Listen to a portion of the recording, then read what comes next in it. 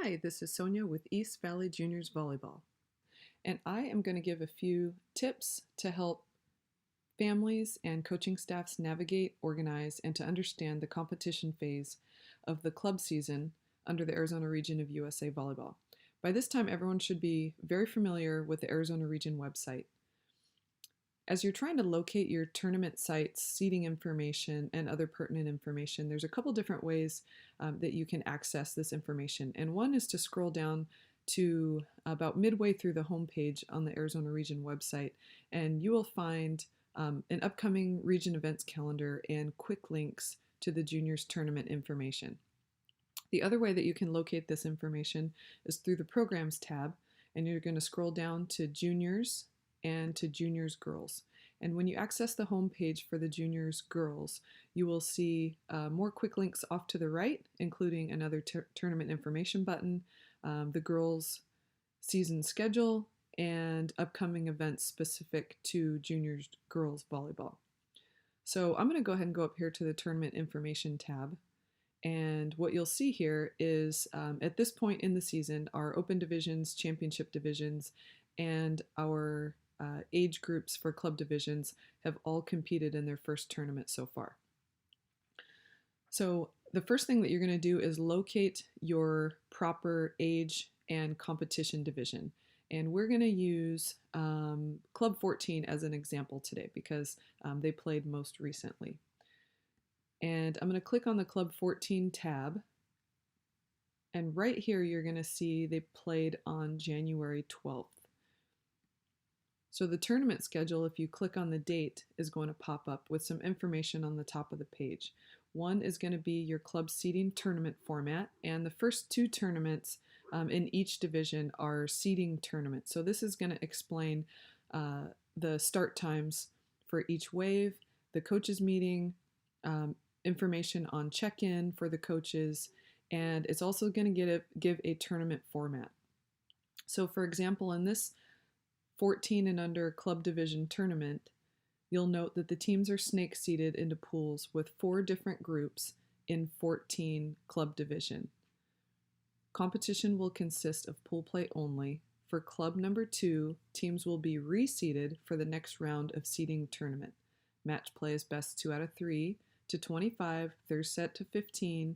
No tiebreaker will be played. That means if there's a tie in the pool, they're not going to play it off. Ties will be resolved by standard procedure, 2-way tie, head-to-head, 3-way tie. It will be broken by set percentage, total sets won divided by total sets played. And then if needed, it'll go down to a point percentage in order to break a 3-way tie.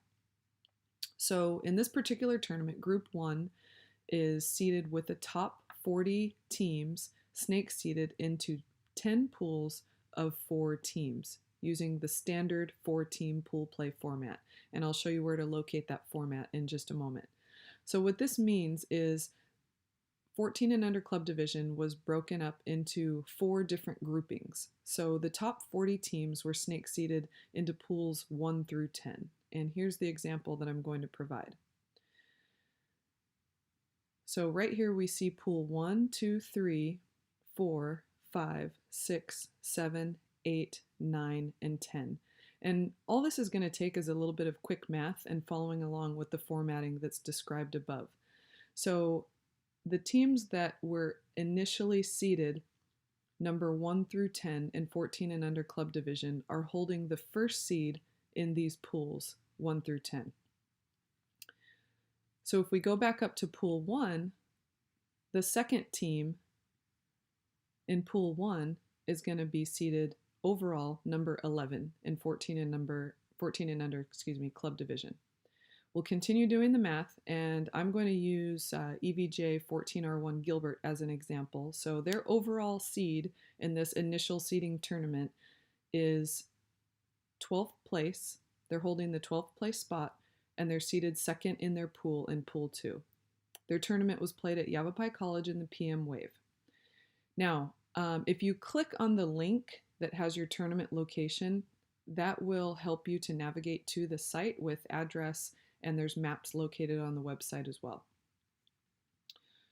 So what we know about this particular tournament is that EVJ 14R1 Gilbert ended up winning their pool. They went 3-0, so at the end of the day, they finished in the first place spot. So what that means is they moved out of their 12th overall seed and they will be moving into the number 2 overall seed for 14 and under club division. So in the next phase of the tournament, just as the tournament format describes, they will be reseeded again for tournament number 2. And as soon as the second tournament is completed, that will be the final seeding going into tournament number 3. So there's potential for movement. There's potential for large movement in the first 2 seeding tournaments, whether you hold your seed or move, or whatever the result might be. And then once we get into regular Arizona region tournament play after the first 2 seeding tournaments, movement is not as big if you're winning and losing in your particular pools.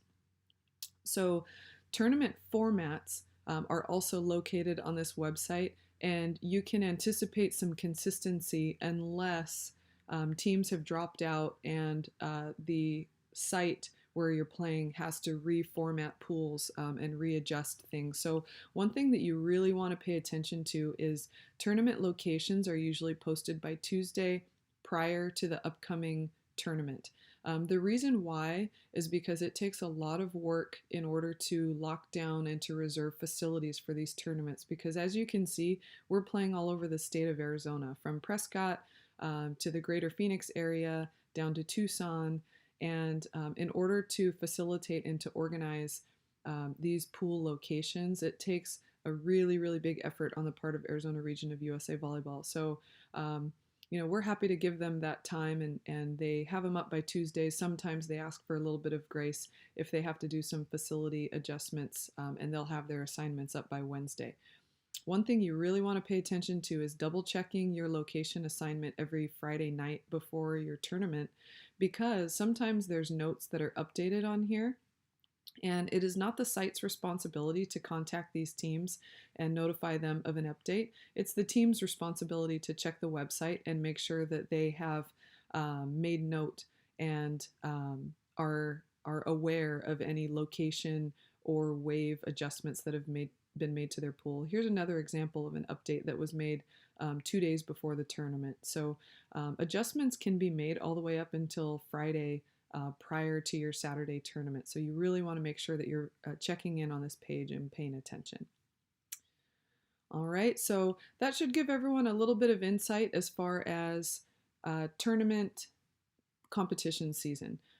What this really means and what this shows is a lot of times we see spectators, families, or sometimes even coaching staffs that can get a little bit overly focused on end results and win-loss record and things like that during these tournaments. And what you really want to pay attention to is the initial seeding in the pool and the overall seeding for these first 2 seeding tournaments. If we have a team that's seeded 3rd in their pool, for them to come out first place, that's a pretty big accomplishment. And that means one of a couple of things. One is maybe they were initially seated a little bit too low, and they outright earned their spot in order to bump up in the overall seeding. Or if they start 3rd in their pool and they finish 3rd in their pool on a seeding tournament, that means that they were actually seeded appropriately.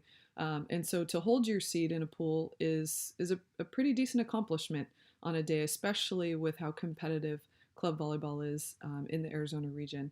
So one thing that we really want to do in order to stay process oriented is to take our focus off of the end result and put our focus on the process. And that means individual players growing, developing, being accountable for their roles and responsibilities, and then contributing to the bigger picture, which is the team as a unit, which is the more difficult part, and contributing to the team progress and development and improvement as the season continues on. And that can be measured in a multitude of ways.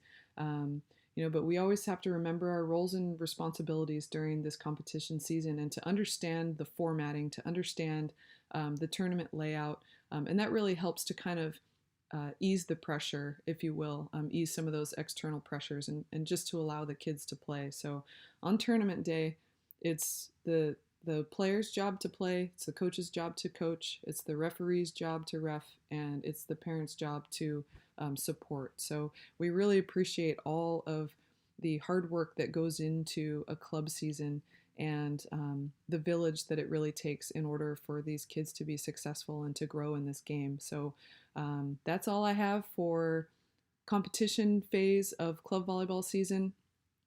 And if you have any questions, you can always ask your coaches, your site managers, and your club director. Thank you.